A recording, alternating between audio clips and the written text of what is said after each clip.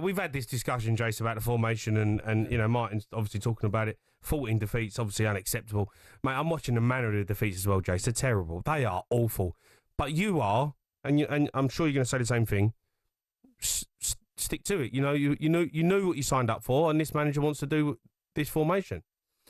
Yeah, and this is systematically. There's been errors that have led to this debacle because, from what we know, Amorim said, "I will come to join Manchester United, but I'll do it in the summer."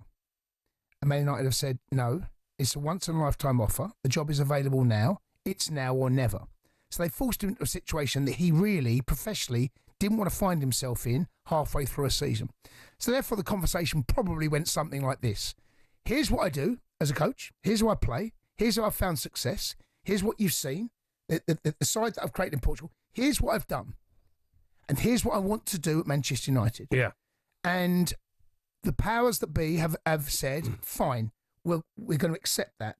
But the squad has been built for a back four, right? Now that he's coming, he has shown little to no evidence that he's going to go to a back four. I know there was one game he did go to a back four during the game. I can't quite remember which game it was. It wasn't that long ago. But that's not starting. That's just in game.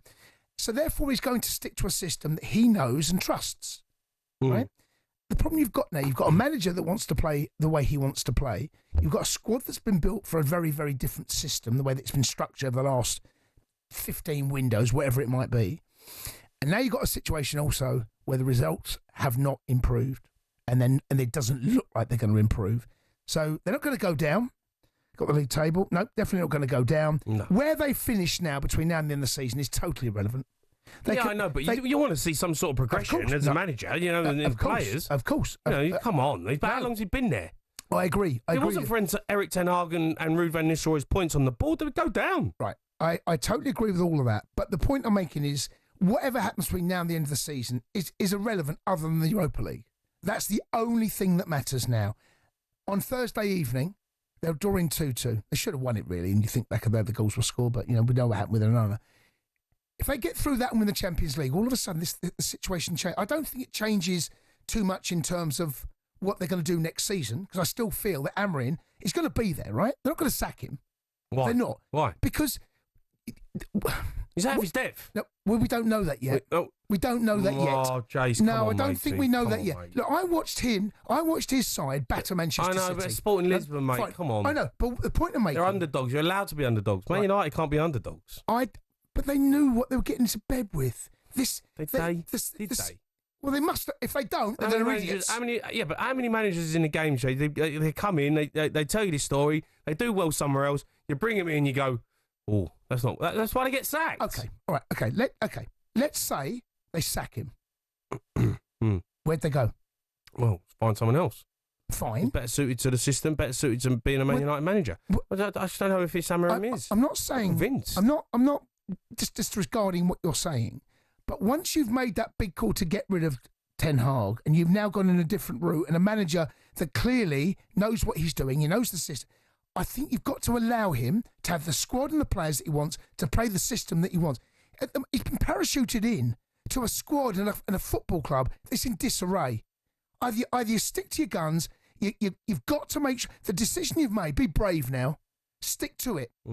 Club was in disarray, but Ten Hag won 2 trophies with them. Fine, but the league position is all that matters. Yeah, well, you know, you can win trophies. No one cares about trophies, mate. If your league positions, where are they? 14th. No, don't know. You can't win. Okay, let's say they win the FA Cup next 2 seasons, and they're 14th. That don't keep you in a job. No, but Man United is different. I get that. It doesn't keep you. Let's go to Michael. He's a Man United fan, all right, Mike? Yeah, I'm all Mikey, right. what is going on? I mean, performances are getting worse. Yeah, and where's the improvement? There ain't none. No, and what would you give him the money in the summer, the war chest? And if it was a war chest, we've got to get players out. They're on high wages. Nothing's going to really change next season. And Thursday night, I can just see a battering. I really can, because there's no midfield. There's striker. Well, Xerxes out, so Højlund's going to have to come in. I've not seen anything from Højlund. No, he's been terrible. We spent over 70 million quid on him. There's no, they brought youngsters in, I get it, but where's the experience? Casemiro, I don't think he wants to be there. The goalkeeping errors, defensive errors. Here's the problem you got though, Mike, and this is and Jim Ratcliffe is to blame for this, right? Because he brought in Ruben Amorim. He got this manager in, right? If, as you said, if there is a war chest, I don't think there is, but if there was, and he goes and spends £200-300 million on his new team, right? If you lose the first 4 or 5 games of the season, Amorim's gone, right? The problem you've got is then you've got 7, 8 players, or whoever how many brings in, to now play in a 3-4-3. And how many managers play that system? So you're stuck now with a formation and a squad of players who are now 3-4-3 players. Well, I call Ten Hag he should leave, but you look at the stats. Actually, Ten Hag's stats match it up with Amorim is better. It's shocking to say that. Since he's taken over, how many games we won? How many times we put performances in? The only performance I can remember actually we put anything in was against Arsenal in the FA Cup and against Liverpool. But Mikey J's right. There are so many different parts to this that you can look at and criticise. Why has Rashford gone out on loan, do you think? Why do you think he's gone out on loan? Why is Ante on loan? Well, Anthony, I think, because obviously Ten Hag lost patience with him in some cases. I think he's not the manager anymore now, is he? So why do you think £80 million Anthony's gone out on loan, and probably his very, very best is at least £80 million Rashford? You got £160 million worth of talent there. Why have both gone out on loan? Because they know they need to sell before they can buy. Right. And also, they're huge earners. They're on the biggest salary at the clubs, probably, alongside Casemiro, and they're trying to shift him out the door. The club is cutting costs. This next transfer window is going to be about getting players out. Let me tell you, trying to get players out of a contract that's as big as that we're talking about now, Casemiro, Rashford, Anthony. Let me tell you, that is harder than bringing players in. Of course it is. Right? And any place if we could get whoever comes in, the point I make, whoever comes in is going to be faced with the same scenario. Yeah.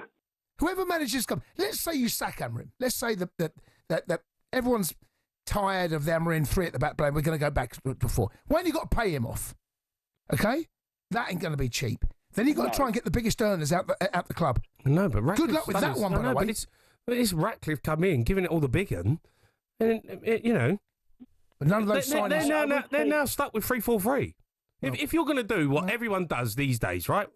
You're meant to buy potential, but everyone's buying potential, which is ridiculous, you know. And everyone's buying these players in the hope that they're going to progress into good players.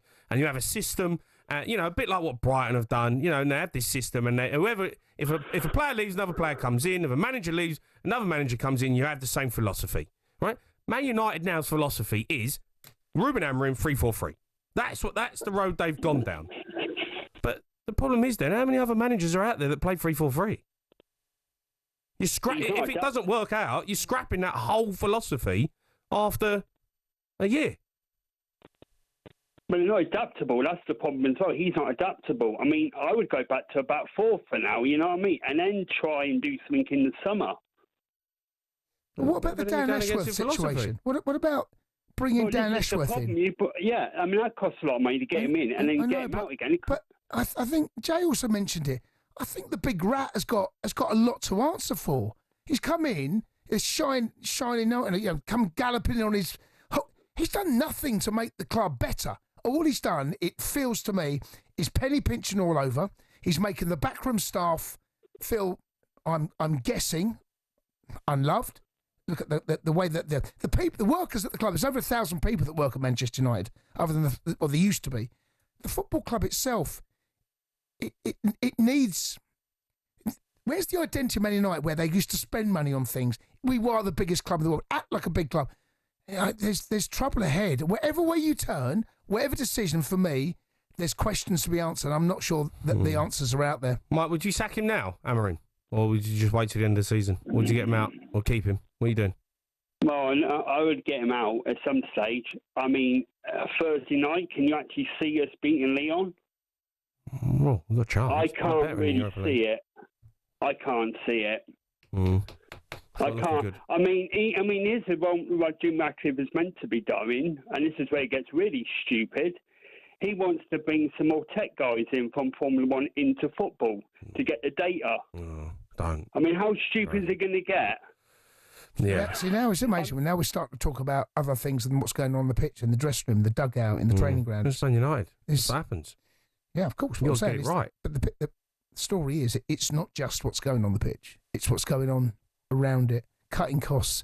Honestly, try and get rid of...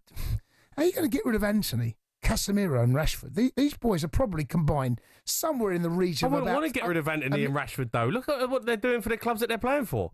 They're on fire. No, but if Man United were going to sign... say Rashford and Anthony didn't play for Man United. Right? Didn't play for them. And they go, you know what?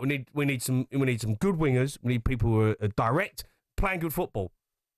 At the moment in Europe, are you looking at going, what? He's a good player. Rashford, Anthony. And the thing is, on fire. Between the three of them, they're on somewhere close to £1 million a week. And that's the problem. If you're on 200 grand a week, 180 grand a week, those players, we're talking £1 million a week, somewhere in the region of between those three players. There's your problem. Rashford, if you're Ratcliffe, I get they got a £1 million problem. a week, Jay. I get that, Jace. They got a problem. I get it. Oh, they got problems off the pitch. I get that with Rashford and all that. But come on, mate, they're getting pumped 4-1 by I know Newcastle are a good side. Have you seen the defending? Have you seen the tactics? Have you seen the passing from the back? What are they doing? Come on, mate. You can't blame that on Rashford and Anthony. They're not there. I'm not. But what I'm saying is that problem is going to come back. Are Villa going to sign Marcus Rashford? If they can afford him, they would. Well, okay. He's got another 3 years left of his contract. Marcus Rashford again. They're not at Man United. I know, but the point I'm making is that this impacts on it. This is all about why he's out the door. They'd rather someone else pay some of his wages. Anthony, you watch what's going to happen with Casemiro. I promise you now, he's got a year left. You watch. You wait till the stories start appearing about Casemiro. Casemiro's got a year left. Somewhere in the region of 300 grand. He ain't going nowhere. They've got loads of problems. It's an absolute disaster from them. The Sports Bar with Jamie O'Hara and Jason Cundy. Monday to Thursday nights from 10 on AM, on DAB, via the talkSPORT app and on your smart speaker. talkSPORT.